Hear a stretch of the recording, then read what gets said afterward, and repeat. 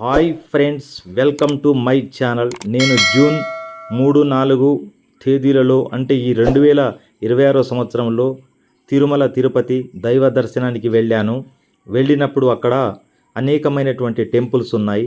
ఆ అనేకమైనటువంటి టెంపుల్స్లో ఈ గంగాదేవి ఆలయం అనేది ఒకటి.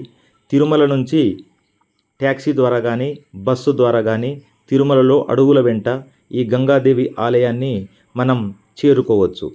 ఈ ప్రాంతాన్ని పాప వినాశనం ప్రాంతమని కూడా అంటారు.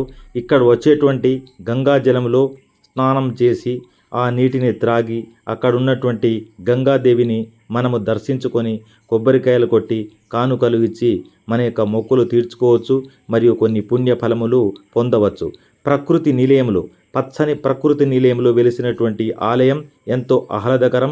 తిరుమలకు వచ్చినటువంటి భక్తులు చాలామంది ఇక్కడికి వస్తుంటారు. ఇక్కడ జనాభా సాంద్రత కూడా ఎక్కువగానే ఉంటుంది. ఇక్కడ అనేకమైనటువంటి షాపింగ్ మాల్స్ ఉంటాయి ఫ్రెండ్స్.